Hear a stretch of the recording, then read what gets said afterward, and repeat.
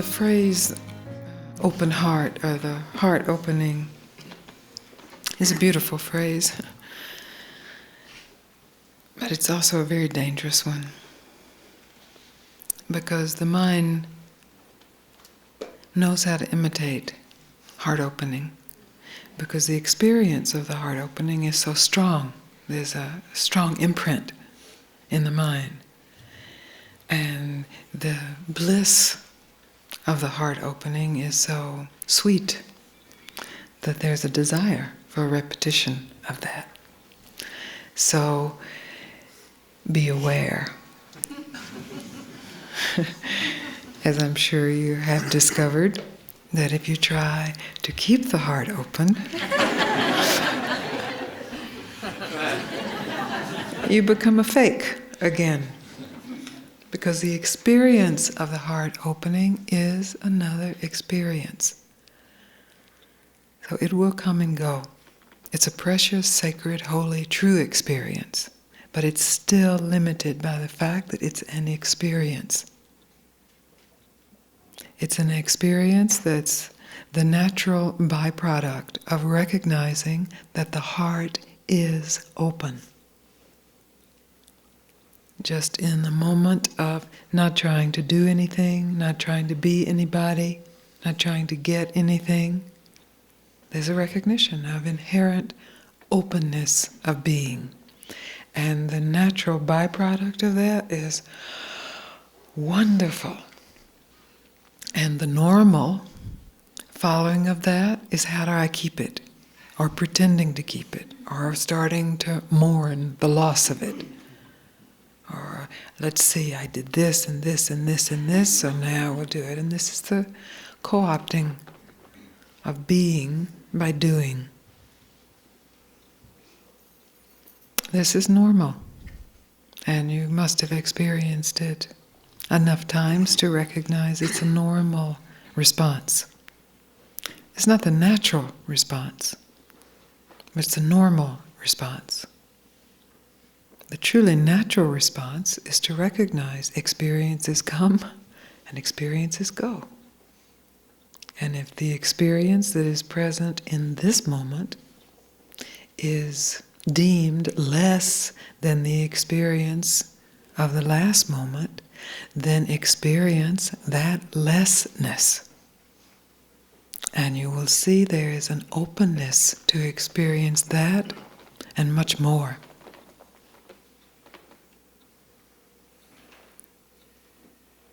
This openness is not separate from the open mind. But it's nothing that the mind can do. Because when the mind is open, it's receiving. And it may be receiving karma, the results of your past actions. It may be receiving the chemical firings of your physiology. It may be receiving the psychic messages of the collective space, the individual madness. Receiving. If there is just this receiving, then the collective madness, the individual madness, the psychic space, the good news, the bad news, all just passes through. It does all just pass through. But as the mind locks on to something, it begins recreating what was just passing through, either in imitation of the good news that was passing through, or in the war against the bad news that was passing through. You feel great one moment, and you feel not so great the next moment, and maybe even wretched a few moments after that. And then you feel good one moment. Bad, good, great, wonderful, horrible, terrible, great, enlightened, ignorant, in nirvana, in samsara. So what? Well, that gets scary then. So what? Well, what? I want to feel enlightened all the time. I want to feel great all the time. That's not the nature of feelings. It's not the nature of experience. And in fact, if it were the nature of experience, you would just feel dead all the time. Because there'd be no polarity play. And we think we hate this polarity play, and we think it's the polarity play that's the enemy. But it's not the enemy. The truth is, there is no enemy. If you like war, and war is profound entertainment, you will conjure up an enemy. If you are truly ready for peace, which is the rest from entertainment, you will see the enemy is not the enemy.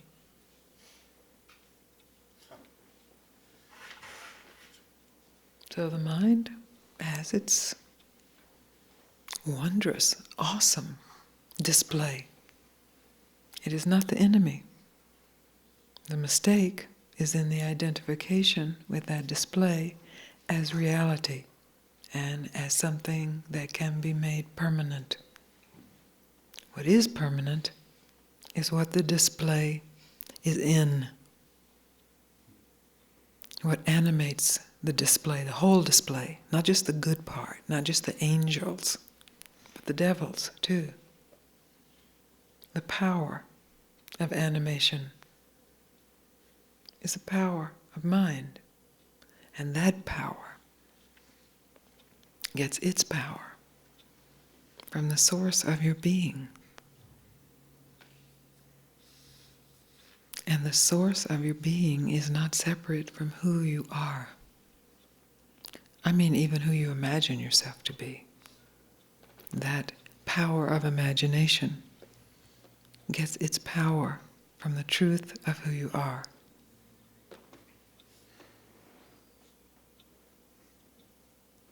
And you can recognize yourself. You have recognized yourself. And then you tried to capture it in the mind. Isn't it wonderful? It can't be captured. You can't be captured. Isn't it wonderful? It's not neat and measurable and keepable. Isn't it wonderful? Who you are is free. Yes, it is. If you surrender to that. It's horrible and frustrating if you fight it.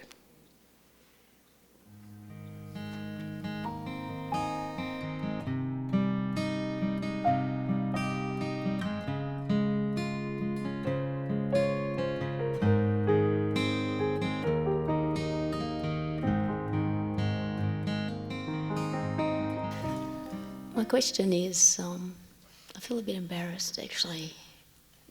I can easily cut off and withdraw and be separated. And the question is, how do I stop myself doing that? This is a power you have learned, right?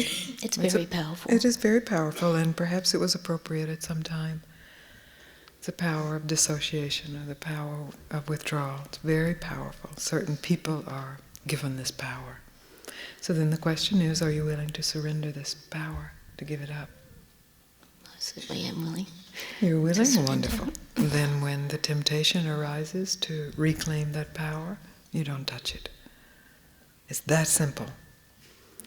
The complication is in, well, I'll reclaim a little of it and just save it just in case, and I might need it. No, this is what is spoken of in all the spiritual literature, the necessity to give up, to surrender the powers that have entranced you. Yes, so with the pleasure and the power of this power also comes the suffering. And that's what you're aware of. Yeah. That's the maturity that is necessary, to see that the power itself is limited, and that what is wanted is deeper than the power to separate oneself.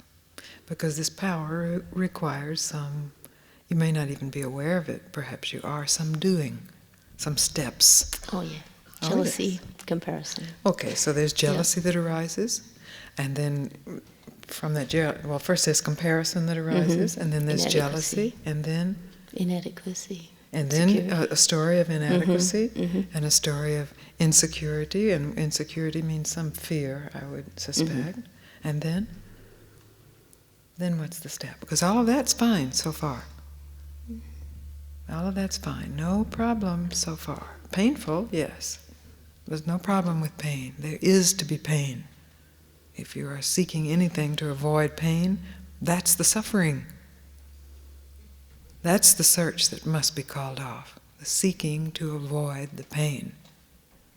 There's nothing wrong with pain. You will see when you stop seeking to avoid it. So now what happens? I guess there's an avoidance of feeling the hurt. So the avoidance of feeling the hurt. And now let's go into that. What are the steps in that avoidance to feeling the hurt? What do you tell yourself? There's got to be some mantra with that. To avoid that. To avoid the hurt. Become defensive and head out. And what do you say inside yourself? You know, it happens so quick, I don't even think yes, that's but we are slowing it down. Slow motion. So that you can see it very clearly. It happens quickly because you're very practiced at it. You're very adept at it. So, you drive the car, you don't think about what steps go, you don't think about that. Except when you're teaching somebody how to drive a car, you realize, this has to happen, this has to happen, this has to happen, this has to happen, this has to happen, this has to happen. So I'm asking you to teach me how it is you withdraw. Say, I want to learn how to withdraw. What are the steps? Yes. Okay. So now you have to examine. Okay, it seems so natural to me. It just happens, but it doesn't just happen because you've seen the lead up to it. Yeah, I can just say to myself, I'm going to go blank here. I'm going to go blank here. And I'm going to withdraw and move back. And I'm going to withdraw and move back. And then what has to happen? What do I do internally? So then I want to run away. And but then internally? Internally. So I get all that. That's good. That makes sense. I can do that now. Okay, good. And then you get lots of adrenaline. Lots of adrenaline? Where does that come from? How do you generate that? I'm not sure. Well, let's see. You're teaching me. Okay. You get really angry. Angry at somebody who's causing me to run away. Okay. So now I've got this story about me and inadequacy based on some comparison and some feelings of jealousy and worthlessness. But now I have to involve somebody else who caused this story. Yeah, because they deserted me. They deserted me. Now the story, I can start to feel it right through there. They deserted me. They did. And then? This is not so hard after all, guys. Oh dear. Right, now where we're at. So we are unwinding the story that was wound so tightly that you didn't even know it was there. It just seemed like something that just happened. We're unwinding it, and we have gotten to the point of where I'm victimized in two ways. By this feeling of jealousy that arises in me, and this person that causes that feeling. So I've got to escape. Now, what I want to know is, how do I make the next step to escape? What happens physiologically? What happens in my body? What happens in my emotions? How do I go blank? How do I withdraw? How do I hide? Stop talking. Stop talking? Yeah. Okay. Clench my teeth. Clench your teeth? Okay. Yeah. What happens to the eyes? Blank stone. Stone eyes. Yeah. Very cold. Very cold. And my body itself, is there a posture that goes with it? I'm not quite sure. Well, put yourself in the situation. Yeah, slumped. I guess victim, got to be victim. So it's really slumped, round-shouldered. Yeah, well, I'm telling you, this takes some effort. Yeah. And it does. It does. Because I'm very tired. I'm sick of fighting this depression. And it's effort. It's a lot of energy, There is a lot of energy that goes into it. So then what's the solution? You see all the steps. I'm sure there are many more other steps, but those are at least enough to see. At any point along the way, you have seen it now, at any point along the way you can say, stop. I'm giving up this power to close down. So you sit up straight, you open your eyes, you say hello, you have hurt me, or I'm feeling hurt and I'm blaming you. Or just I'm feeling hurt, I hurt. Yeah. Or I love you. Thank you. You see how easy? Isn't this easier? It is. It is. This is the truth that we hate to tell. Because it is. We have so much invested in these powers that we have developed. And we think they're so great and special. And to give them up means I will actually be unprotected. I will actually have to experience this pain. But you see that in protecting yourself, you still experience the pain. So what a bad joke you have played on yourself. If this protection actually worked, it would be another matter. But the protection augments the pain, turns the pain into suffering. Pain is pain, and yes, so let's say there's jealous pain, and we can diagnose jealousy and why it shouldn't be or why it should be, but say it's there, just as part of the human experience. Jealousy. Feel it. I'm jealous, I hurt, I'm fearful, I love. Now what am I going to do? Withdraw, hate, close off, or just hurt and love? I recommend hurting and loving. There is a beauty then to the hurt and to this most human emotion. I don't know if other animals are jealous. Maybe they are. They probably are. If they're humanized. Well, they probably are anyway, you know. We think that the negative emotions are limited to humans, but people have studied animals a lot now, and you know, there's this one man who studied ants a lot. And we have this idea of ants as being, well, ants, you know. But they aren't just ants. I mean, they have personalities, and they have certain ants that are hiding because they don't want to work like the other ants. Honestly. And then they have those ants that go and find them, you know, and bring them back. Yeah, and if they can examine them closer, they will see they're probably comedian ants and tragedy ants, and just like with the gods. It's the same thing. So let us say that these emotions, these feelings, are just part of the theater. A life, a precious life, that is being lived in avoidance of hurt and the suffering that's a result of that. It's a dead life then. I'm not saying totally, because I know that there are aspects where you don't avoid, but we are speaking specifically of this scenario where there's a closing down, a blanking, a collapsing, and a story of hurt is very different from an experience of hurt. An experience of hurt is an experience of hurt. Maybe it was generated by a story, but it's directly the experience. And in that, then the love is not covered. You don't have to go stony. You don't have to collapse. You love and you hurt. Good.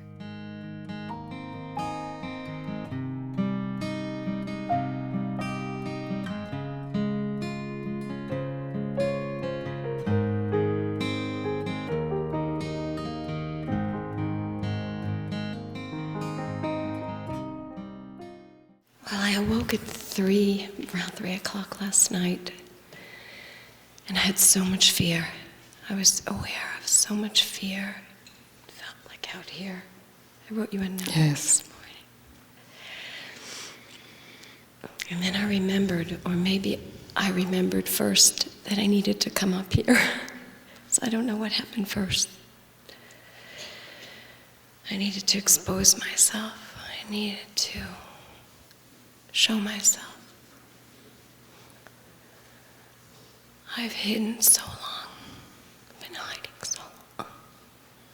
Long enough, anyway. Long enough. Long enough. Maybe a little over enough. So past due. Way past due, way past due. Yes. So with this fear that arose, what else?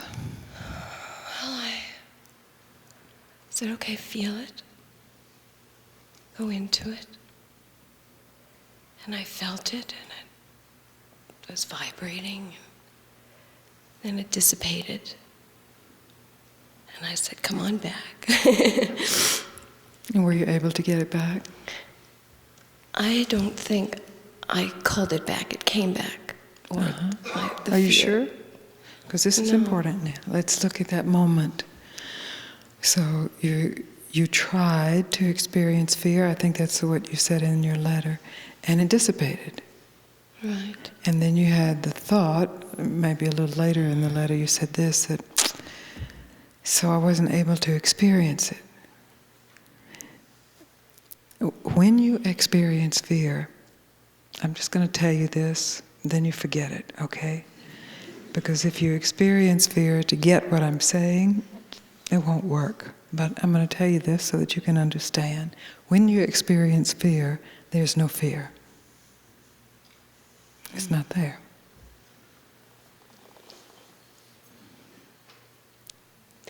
So I guess all these years I've totally been running from it. Yes. I can't believe that. Yes, well, check it out and see.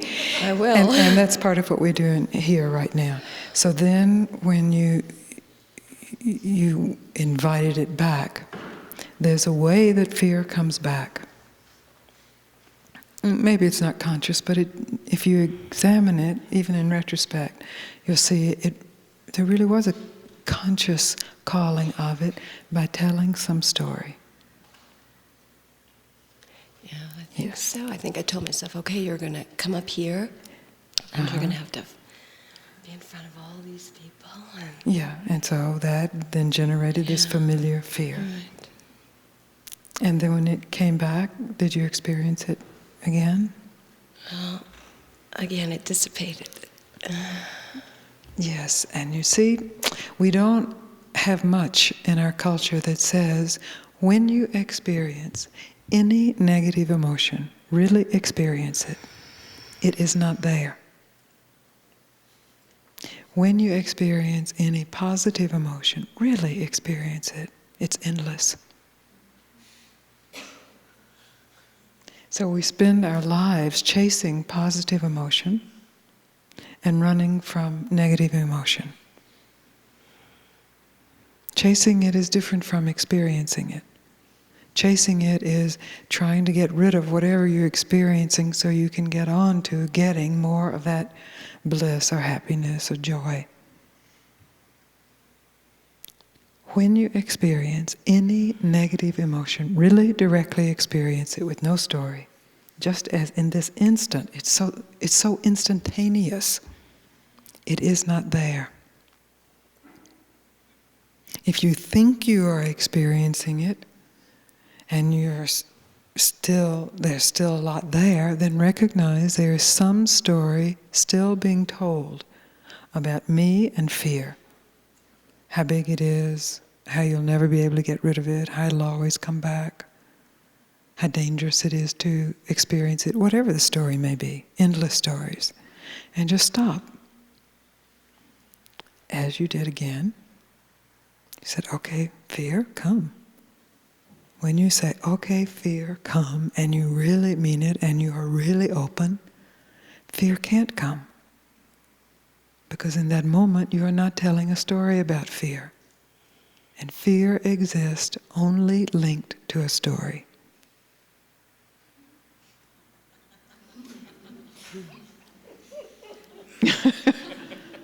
Yes, it's amazing.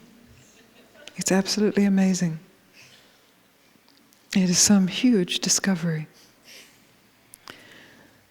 But it must be like, when the New World was discovered and Columbus or whoever came back and said, there's more out there than we know about. And everybody said, no, I'm not going there. The demons will get me, I'll fall off the earth. No. That's the same primitivism that's in human emotional culture. If you are willing to go off the edge of the earth you will see that it is you yourself that holds the earth.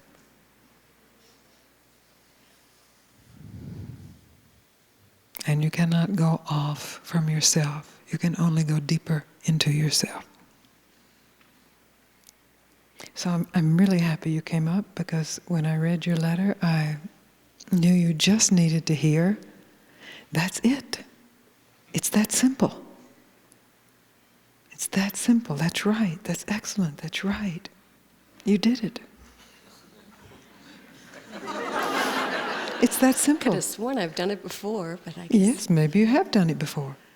But then if you hold I've done it before as some story, as we have spoken of so often in here, the mind is very tricky. Then that becomes the story of fear. Well, I've done it before, so this couldn't be it, or... You see? So the willingness to experience whatever it is that arises, good or bad, beautiful or ugly, joyous or hateful, to experience it without suppressing it, without acting it out, to experience it directly, simply, immediately, right now. Such a revelation. It doesn't mean that you now have to experience whatever is arising. This is not a catechism or a liturgy or a set of how-tos. This is just a choice, so that you can recognize that what you are running from does not exist. That what you are running to is already here. And who you think you are does not exist. Who you are is already here. End of story. If the story reappears, it reappears as smoke, transparent, entertainment. But, like the Late Late Show. You know the plot, you've seen it 100 times, you turn it off or you watch it for the characters or whatever. But it's not your life. It's not who you are.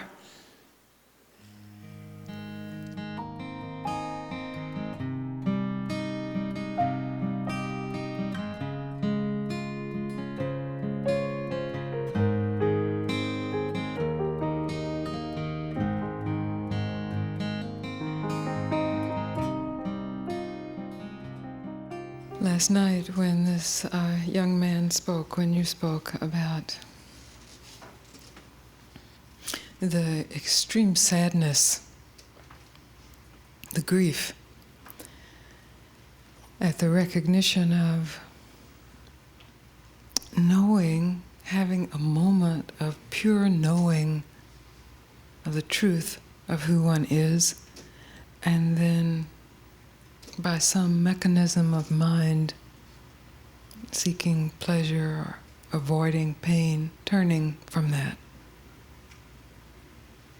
And telling the truth about turning from that. And the grief and sadness that appears. Most people are primarily interested in getting rid of that grief, getting rid of that sadness, because it's painful, it's suffering. But if you will look in your lives, I believe you will see that most of the activity of mind has been to get rid of that grief. There is a grief of losing form, losing loved objects, the attachment to objects, and then the grief when those are lost. But this is a deeper grief. It's really the grief of recognizing the betrayal of self to itself, rather than actually experience that betrayal. We usually get busy in fabricating proof that we didn't betray, gathering powers or pleasures or knowledge that proves, in fact, we really didn't betray. We really are okay. But this grief, this divine sadness, is very important. It is a great gift from the emotional body. And we usually have at least a couple of ways of approaching that. One way is to dramatize the grief, to make the grief into a dance, or a song, or a play, to glorify the grief and the sadness and the pain. And another common way is to deny it, to push it down out of sight, out of feeling, to numb oneself, to deaden oneself. It doesn't matter which is chosen, the suffering is still there. The grief is still there, sadness is still there. The loss of being true to oneself is still present. It's very important for everyone in this room to recognize the truth of that experience of loss. The suffering of that, the agony, the deep sadness of that, and how that sadness gets covered in activity of gain and fear of further loss. And the covering, the dancing, the acquiring of objects, both subtle and gross, to avoid the final loss, which is perceived as the loss of this body, the death, the end, forever separate from what one has glimpsed to be eternal.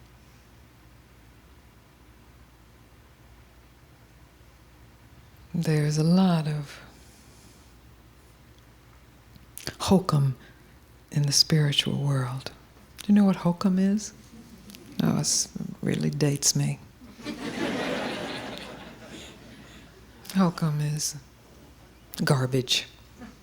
There's a lot of garbage, which is really just a covering of this cry of the heart, this wail,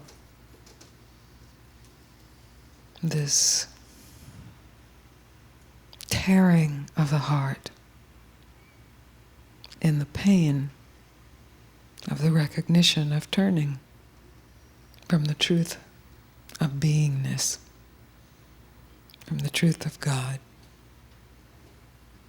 truth of eternal truth.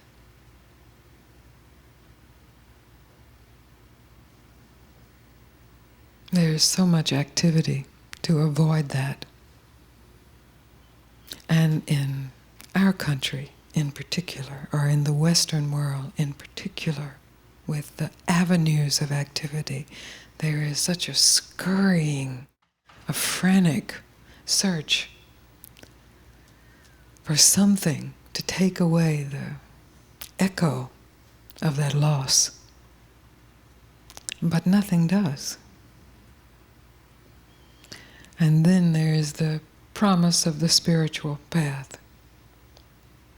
And the perhaps second surprise, the recognition of the innocent heart, open and in alignment with the truth of one's being.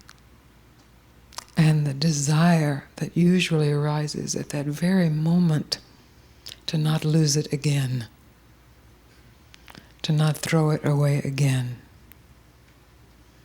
But this is a trick also. This is another bite out of the apple of gain and loss. And usually what follows this bite is a simulation of what has been gained, of a blissful attitude, of a happy face. which it is preferable to the others, but it's still a lie. It's still a betrayal.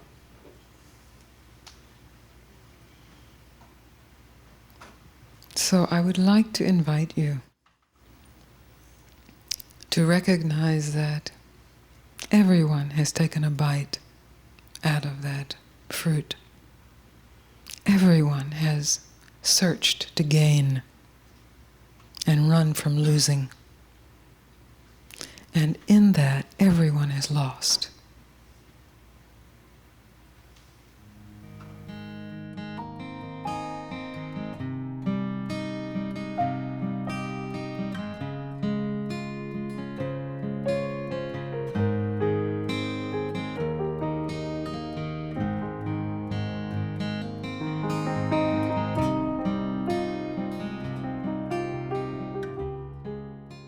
Hi.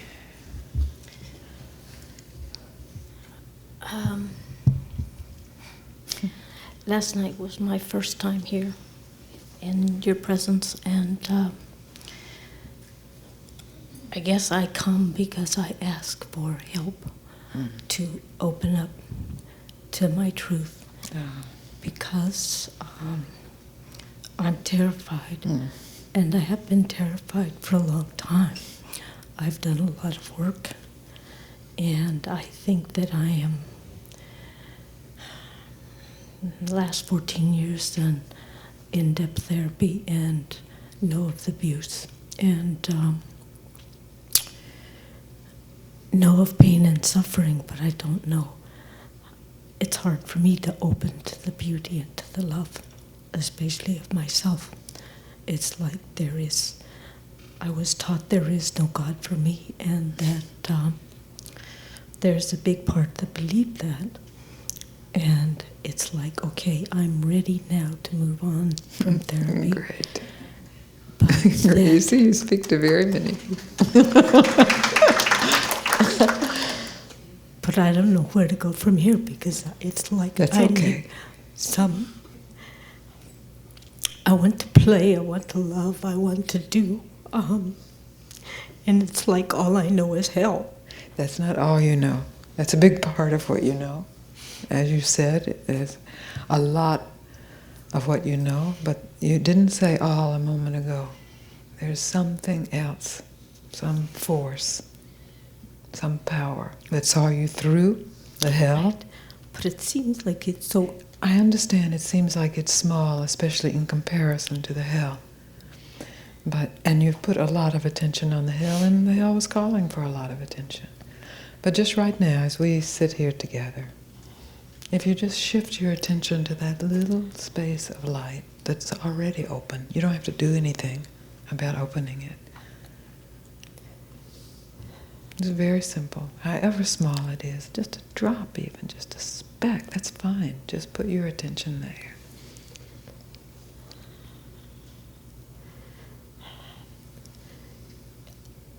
It's like I get very afraid, and then I dissociate and go away. And you're afraid of the light? Are you afraid it'll go away? Or what's the story you tell yourself? I'm not sure. When I connect, be it for nanoseconds or whatever. Yes, blessed nanosecond. It's wonderful, but then it's like overwhelming, and I dissociate. I go. How do you know you dissociate? It's like I can't stay in touch with that. It's like then all the voices come, and everything says that that's not right. Bad. You can't have that. No. That's not for you. No. Right.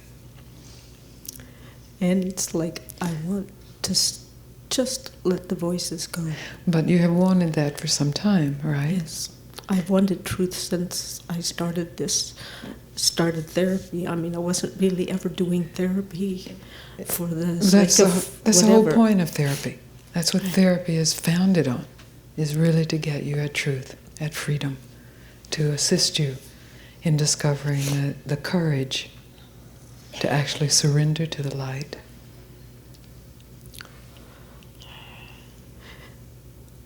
I still have so much shame and blame. Yes, shame and blame, right? Just heard a really interesting radio show about shame, and that shame is a strategy for survival. I think what he was really pointing to is like shock, like how when animals go into shock. Have you ever seen a rabbit or something that's been caught by another animal? There's a point where there's no struggle, it's just... And there's a whole body language of shame, which is a head drops, it's as if I'm not here. It's like, it's an invisibility and a dissociation that's part of shame. So just while you're here, right here with me, are you willing to be completely ashamed? To not fight the shame?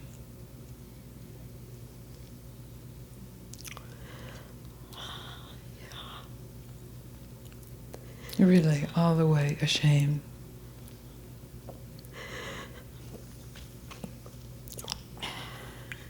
It's just something else, so it's not shame.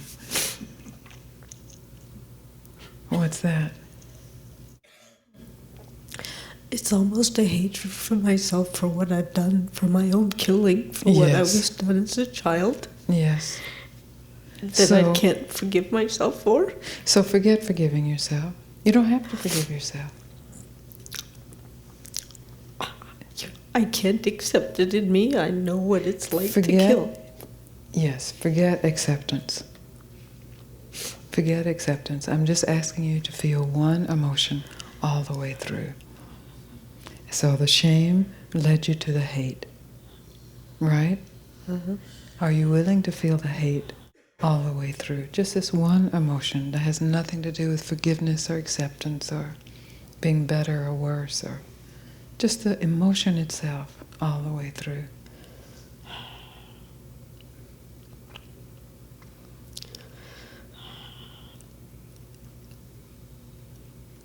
I just wanted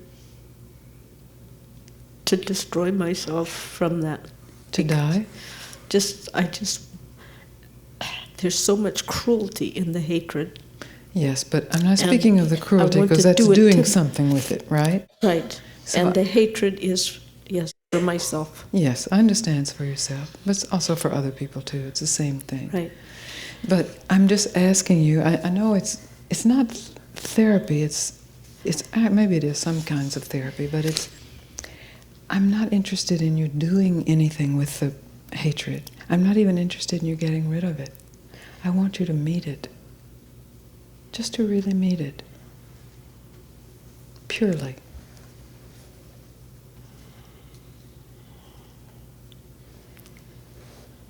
It may be impossible to believe, but the hatred itself, at the core, has a treasure,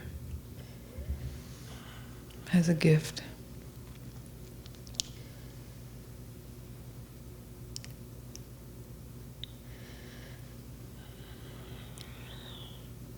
What are you experiencing? Some compassion. Some compassion. Now, don't, just for a moment, don't tell yourself any story about this compassion. Just let's use compassion as an emotion and just experience this compassion all the way, just as I ask you to experience the hatred. Now you just experience this compassion. Just not to keep it, not to get rid of it, just as an experience of what it has to give you in the core of it.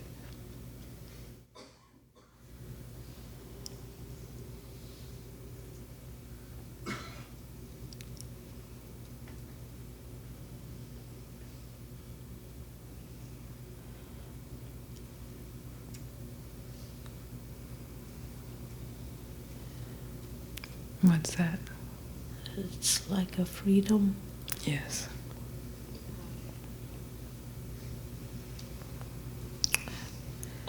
It's like a freedom.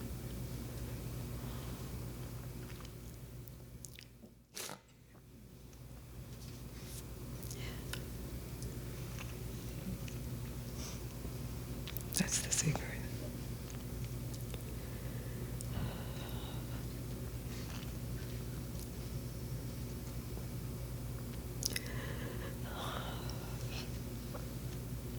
And what's happening now? It's nice to be free.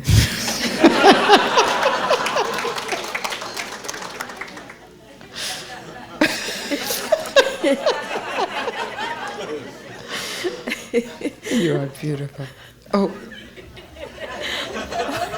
Oh no. Oh yes, you have to see it because It's gotta not work like last night.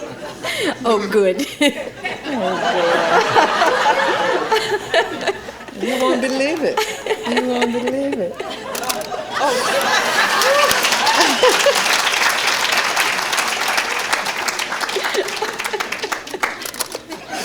So I'll keep one and Enough you already. keep one. Oh, you'll see. You'll see. You can't hide it.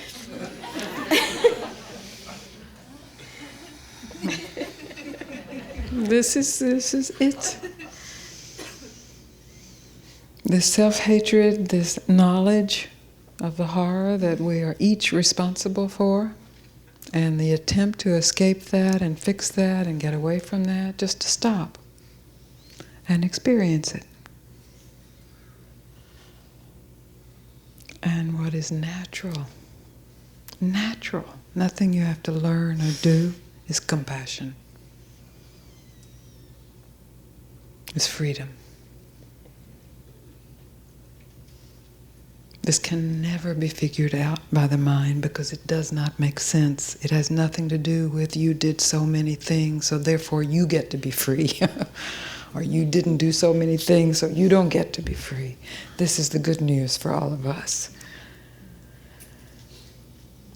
This is beautiful. Let's see if it caught it. If not, we will... Oh, yes, that's very good.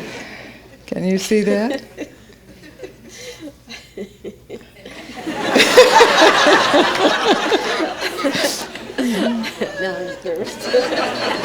It's too late for that.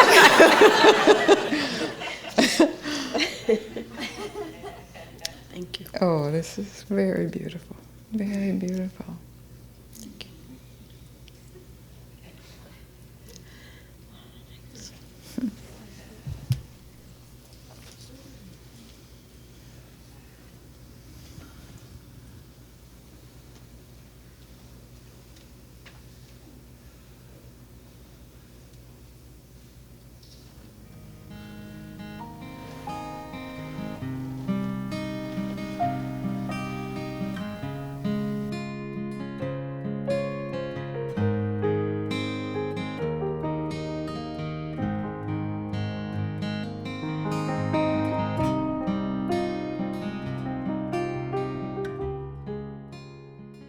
I'm finding myself falling into the story or the conditioning less.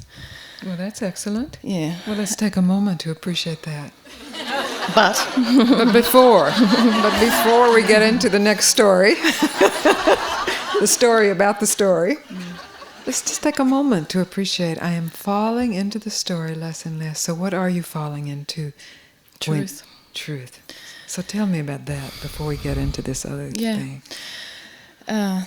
Although the fear is still there of falling into the story, it's less. The fear is stronger, more the responsibility to truth. What's that responsibility?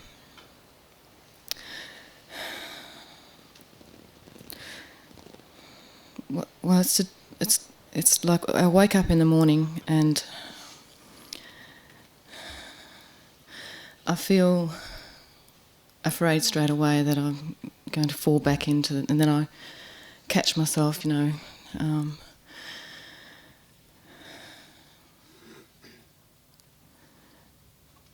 It's like it's a fear of the boldness of being allowed to shine. A fear of being yourself. Well, of not being able to do it, I guess. Oh, you can't do it. Not, yeah. So you don't have to worry about that. It does. Yeah. So are you afraid of being? Yeah, I guess I am, yeah. So you just sit back and relax for a minute. Yes, that's right. So just while you're up here in front of all these people with the cameras rolling and everything,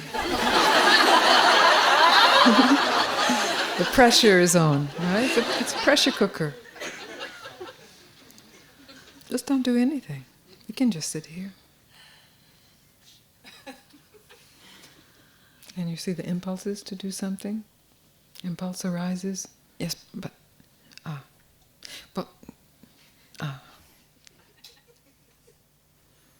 no, it wasn't like that. I think it's a feeling of not feeling worthy of the truth almost. It's that's the story. That's My the story is I'm not feeling worthy. worthy, of Well, feeling inadequate, of doing it wrong. That's probably, it's a pretty accurate story pretty for most strong. of us, isn't it? Yeah. So assume it's correct. I'm not worthy of the truth. But here it is anyway. I guess it's just alien. It's just something new. It's it's a new way of doing things, and That's right. and then this old story says you can't do that. That's right. So you say right back, that's right. Yes, I can. I can't do that. You say, I can't do that. No argument needed. That's right. I can't do that. I don't need to do that. It does itself. Then this battle between this side of the mind that says you can, you must, you will, and this side says you can't, you never can, you're not worthy of it. There's no fight. It's like, okay, I can't. Big deal. I can't. Now what?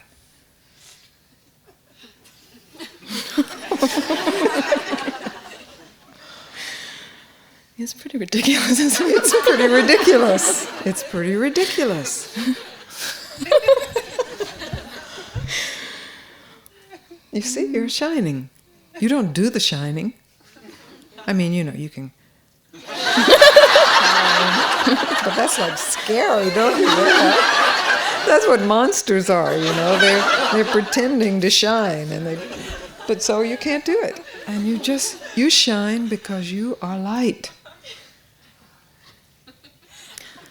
There's still something there that's saying no. Yes, okay. So say no. Agree with it. Say no. Okay, no.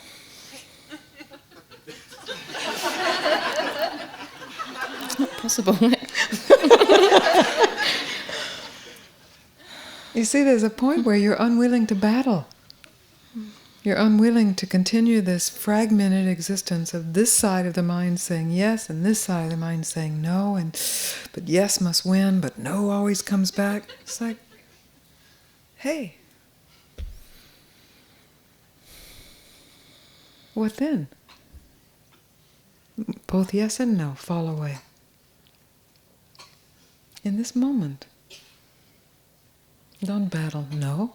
Let no be there. Nothing wrong with no. No is very useful. It's a beautiful word. It's a beautiful force. No. Okay, no. You can't do it. You're unworthy of it. But don't fight that now. Yes, you see? Where's its power then? Its power is only if you're willing to go to battle. And if you're willing to go to battle, you've lost it. You've lost it, because you may appear to win. Okay, I won, yes. But it's only that no is then gone underground and pulls you deeper into self-doubt. And you're always waiting for the whole thing to collapse. It's great now, it feels wonderful, but it can't last. Okay, it can't last. It can't last, it won't last. So? What we do? Nothing. So, when you really don't fight that, what's the result? Peace. Peace. When you really don't go to war, peace is the result. Amazing, isn't it? You thought peace would get there if you won. Peace doesn't get there when you win. It just means another war is coming on the horizon, because that comes back stronger than ever. Come on, we know this all over our planet. In every culture, every history, every people. There has been this accumulation of grievances, and then coming in to make up for those, and then accumulation of grievances, and coming in, and back and forth, and back and forth. The same cycle, and this is in our minds. This is a split in our minds. Ego and superego at battle with itself. When you refuse to participate in the battle, Yes, you see, just then by yourself. You refuse to participate in how you have learned to be in conflict, how you have learned to trust war more than trusting peace, to trust this war that happens in the mind more than this peace that is radiantly here in your heart. Worthy or not, it's here. So then you have an opportunity to be worthy of it. And to be worthy of it is to honor it. To be grateful that it has appeared in your life. Very lucky that peace has appeared in your life. Even if it's the tiniest flame. Many people never experience that. They don't even know what you're talking about, peace in your life. Or a tiny flame. Tiniest flame, you honor it. You are grateful for it, and it grows, and it grows, and it grows. That brings me to another question. Yes. I find myself miserable a lot of the time. I find it really difficult to be grateful for things that I know in my mind that I should be grateful for. Right, this. so it's not... But I'm miserable, That's and right. then I get angry with myself for not appreciating. Are you willing to be completely miserable when you are miserable? I tried that recently, and yes, it went much quicker. I saw the ridiculousness of it. There you go. And it just came through. That's it. So then you take on all the misery of the world then. When you discover that meeting misery reveals misery to have no power at all, and running from misery gives misery its power, then you are willing to take on the misery of the whole planet, of the whole cosmos. Because you are at peace. And your peace, misery comes to that to be liberated, to be freed. Misery is only miserable because it is bound. It's a hungry ghost floating in the ether. It haunts, doesn't it?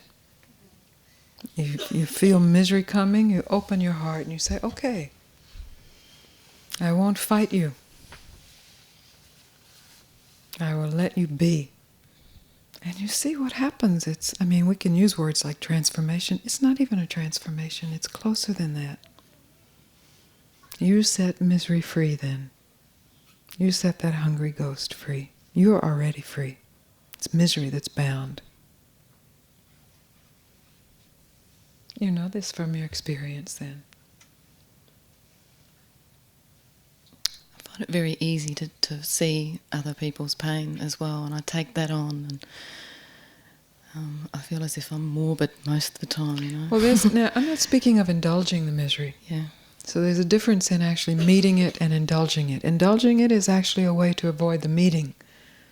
Because if you can, on and on and on and on, more than a quarter of an hour, then you have to start getting a little suspicious. There's a little story going on here, a little drama. And that's really an avoidance of actually being willing to be completely miserable for 1 second, for 10 minutes, for whatever. It may seem like forever, but you are not fighting it. And you see then that it's set free. It's set free. Thank you. Right. Then I just simply confirmed what you have already experienced. There's a ruthlessness that has to be present regarding the tendency to indulge, as well as the tendency to repress, to deny. Those are both activities of mind in relation to negative emotions or negative events or positive emotions or events. In the willingness to meet them, the mind has no job, because it's not busy indulging or showing avenues of indulgence, and it's not busy showing avenues of repression. So it's at rest, and this meeting naturally occurs. And the meeting is meeting of consciousness, or spirit, with, in this case, misery, something that is bound and haunted. It's a meeting, and the misery is set free.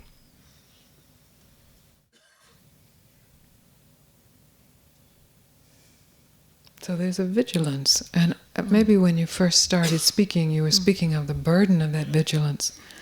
That's often how it's interpreted, some kind of responsibility to truth was the word you use, the phrase you use. Yeah. But it's really a lightness. When you feel the heaviness of the responsibility, that means now mind is showing you what responsibility means. But responsibility is meeting. And in that, mind is still. Because there's nowhere to go. In a true meeting, there's nowhere to go. In a true embrace, you are here. If you're embracing and you're like planning to go over there, or you're embracing and you're thinking about what didn't go right today, you're not embracing. But you know an embrace. I can tell by the way you're nodding. You know a true embrace. You are simply here. You're meeting. And when misery is freed through this meeting, it's revealed to be spirit itself. That it was simply cloaked, bound. And that's true of everything in the universe. Every body in the universe, every emotion, every situation, every circumstance. Because spirit is everywhere.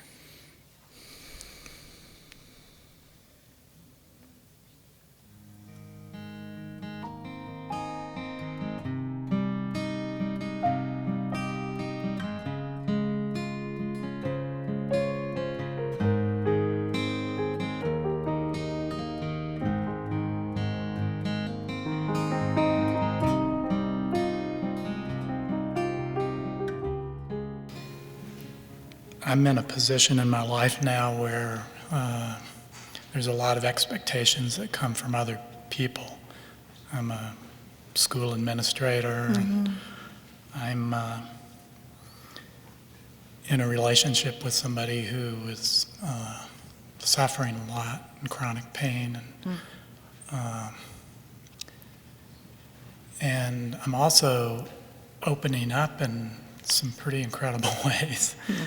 And the more that I open up, the more pain and suffering I allow myself to experience. This is the truth. Just exactly what you think when you begin the spiritual search. If I can just get rid of experiencing the pain and suffering that I have, then I will be happy. The truth is just the reverse of that. The more you are willing to experience the pain and the suffering, the deeper, the truer the happiness. Part of the problem is, though, that as this opening happens and as I experience more of this pain, then all these old tapes about what I've done with that in the past come up, and yes, the they defenses. Must. They must. It's like the basement is being cleaned out. They must come up. And then what? Just open up again, or open up with whatever it is. And then what happens to these tapes? They're just endless kinds of, I don't know, bullshit. Yes, they're compost, let us say. Just compost. And compost is a very good thing, if it's composted. You don't want to sleep in compost. You don't want to eat compost, but you just put compost back in the ground, give it up, and it serves, as everything does. But you really bring up something very important. As I was coming in the door and speaking to Nina and asking her about her son, and she was telling me how he's feeling the pain of the world, pain, since September 11th. The truth is, the world has been in extreme pain for quite a while. And we are feeling it more than we, being Westerners and Americans, more than ever, because our illusion of isolation from that pain has been penetrated. Surprisingly and horribly. And so there is this feeling of world pain. The what I have seen is that can be a tendency to defend oneself from that pain with spiritual jargon. Nothing ever happened, it's not really happening, it's all a dream.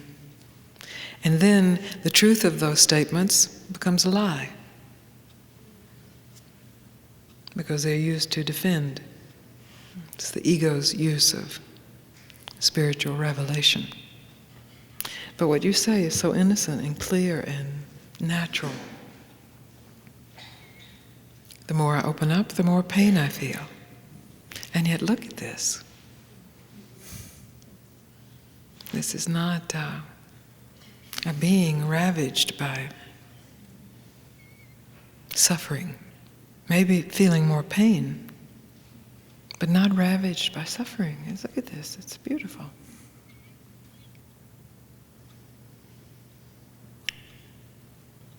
I think the most difficult thing is having these experiences of the other as the self, and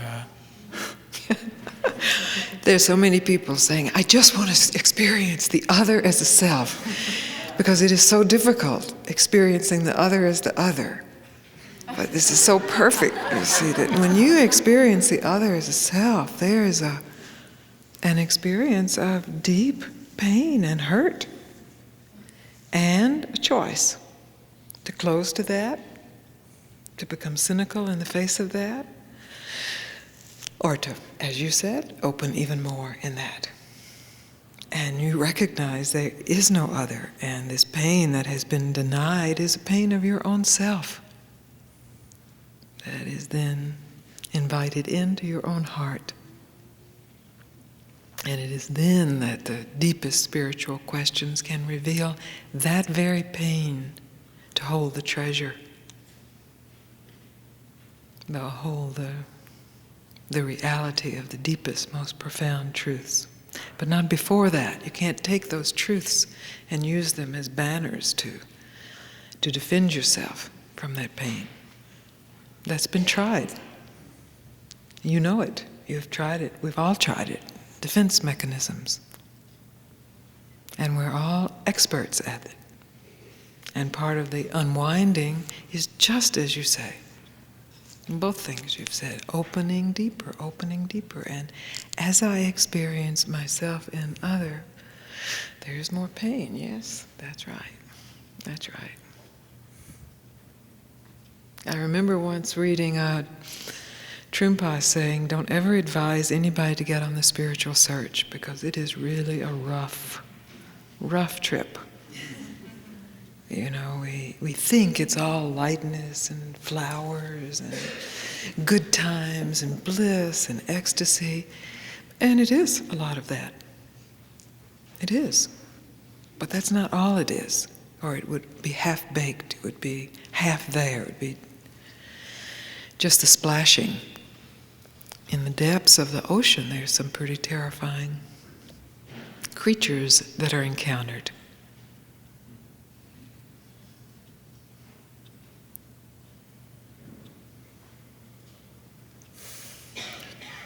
I want to thank you, because when you first came to Boulder a number of years ago, I was there, and that was really the beginning of this opening for me in so many ways, because you said some things, and on an intellectual level I started to get it, and I've got that. It was the thoughts that I had,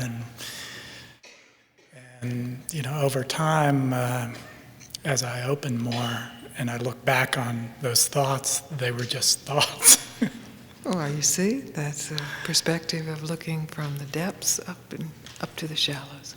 And I'm excited about the adventure as it continues. Yes, the adventure is very exciting. Very exciting and very calming and very blissful and very horrific. It takes a mature soul to really say yes. Or And I'm not saying if you think you're a mature soul, and I'm not saying if you're thinking, oh, no, no, no, you may still be saying yes. Because I'm not talking about a mature mind, mature intellect. There's a depth of maturity that is unknowable,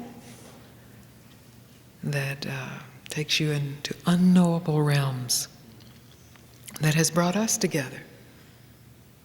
The depth of maturity that brings us together so that we can be with one another as being with oneself, learning from oneself, recognizing oneself, meeting oneself, and feeling the pain of oneself, and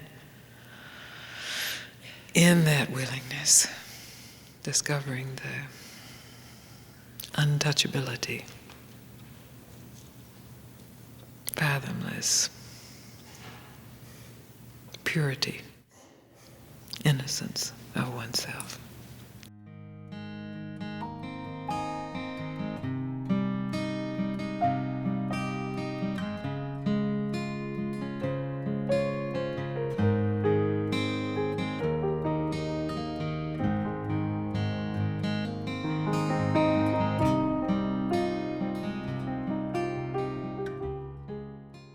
So in our time together, it's possible to just lay bare your soul's agony without dramatizing it and without denying it. To recognize that this longing, this call that comes from so deep within, is an echo of what was known purely and absolutely, either in this lifetime or in some ancestor's lifetime, in this moment or some moment prior, known absolutely to be the truth of who one is. I'm not asking for emotionalism. That's generally an avoidance of this deepest emotion. It's a way of dancing it rather than really meeting it. I'm not asking you to tell yourself some sob story. That too is a way of avoidance.